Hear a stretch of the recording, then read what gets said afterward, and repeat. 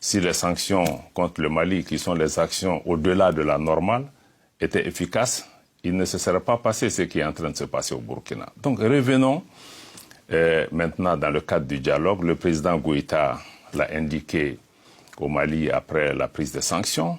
Nous l'avons indiqué aux Assises nationales de la refondation et nous l'avons indiqué dans la lettre que le président Goïta a adressée le 7 janvier au président en exercice de la CEDEAO, que notre pays est ouvert au dialogue. Et nous avons même invité la CEDEAO à déployer une équipe technique pour évaluer ensemble le chronogramme qui a été soumis pour arriver à un compromis.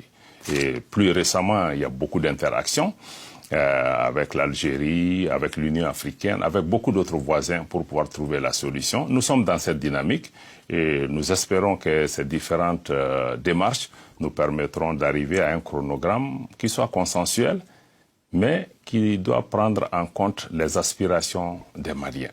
Et nous sommes prêts au dialogue, mais nous n'allons pas braver les intérêts de notre pays par rapport à cela. C'est ce que je pouvais dire en ce qui concerne cela. Et nous allons continuer à œuvrer ensemble pour pouvoir trouver une solution.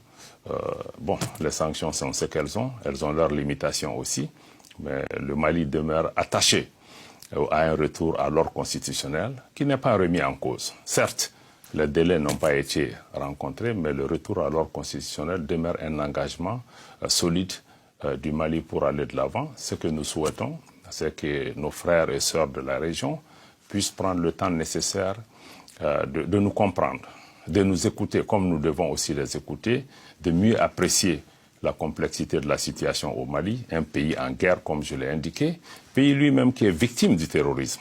Parce que je le rappelle encore une fois, le Mali est tombé suite à l'intervention occidentale en Libye. Parce que tout le monde accuse le Mali d'être l'épicentre de l'instabilité. Non, le Mali est victime. Et le Mali cherche à se défendre. Le Mali a besoin de tous pour qu'on puisse travailler. Le Mali, ce n'est pas une question seulement d'élection. L'élection est indispensable pour tout processus démocratique. Mais ce que nous disons, il y a quelques préalables qu'il faut regarder. Il y a des réformes politiques et institutionnelles qui sont nécessaires pour assurer une gouvernance vertueuse. Il y a des conditions à réunir pour avoir un niveau de sécurisation minimal pour la tenue d'élections. Parce qu'il y a beaucoup de localités aujourd'hui au Mali où il est impossible d'organiser des élections. Je rappelle qu'il y a quelques mois, le chef de file de l'opposition, le regretté Soumaïla Cissé, avait été enlevé lors d'une campagne électorale. Donc nous sommes dans une situation sécuritaire extrêmement complexe. Nous voudrons que les partenaires et nos amis viennent avec nous, regarder cette situation et voir ce qui est possible dans un délai raisonnable pour que nous puissions revenir. Je rappelle que la démocratie est d'abord dans l'intérêt des Maliens. Monsieur le ministre, personne ne peut ou n'aime le Mali mieux que les Maliens eux-mêmes.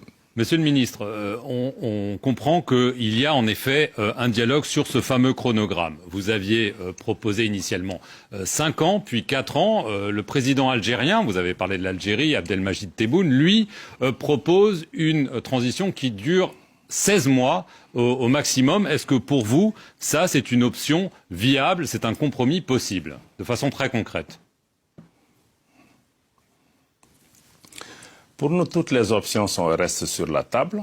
Y compris celle-là. Est une donnée importante, mais il ne faut pas faire de fétichisme. Ce qui nous semble important, c'est de regarder dans le chronogramme que nous avons soumis, de regarder qu'est-ce qui est prévu comme activité, comme réforme, et nous sommes disposés à regarder avec nos amis et partenaires pour pouvoir évaluer est-ce que le temps que nous avons demandé est le temps dont nous avons besoin.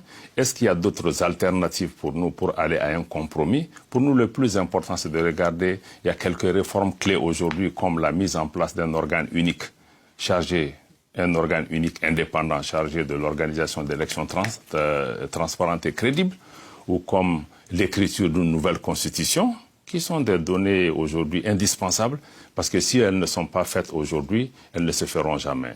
Et dans ce cadre-là, je pense que nous restons ouverts pour pouvoir convenir de la période la plus appropriée et qui prenne en compte l'intérêt supérieur du Mali. Mais 16 mois, c'est possible. Qui prenne en compte les exigences.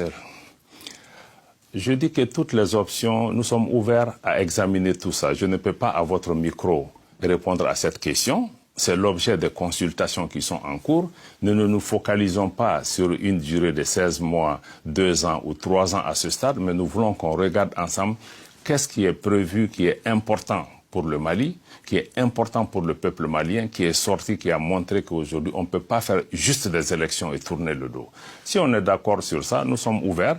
Si le temps que le Mali propose est trop long, si des partenaires dans la discussion arrivent à nous convaincre d'une durée moindre, il faut qu'on regarde quels pas les partenaires doivent faire pour aider le Mali à pouvoir faire les choses dans une durée relativement plus courte que ce qui a été demandé. Donc, je crois que nous sommes ouverts.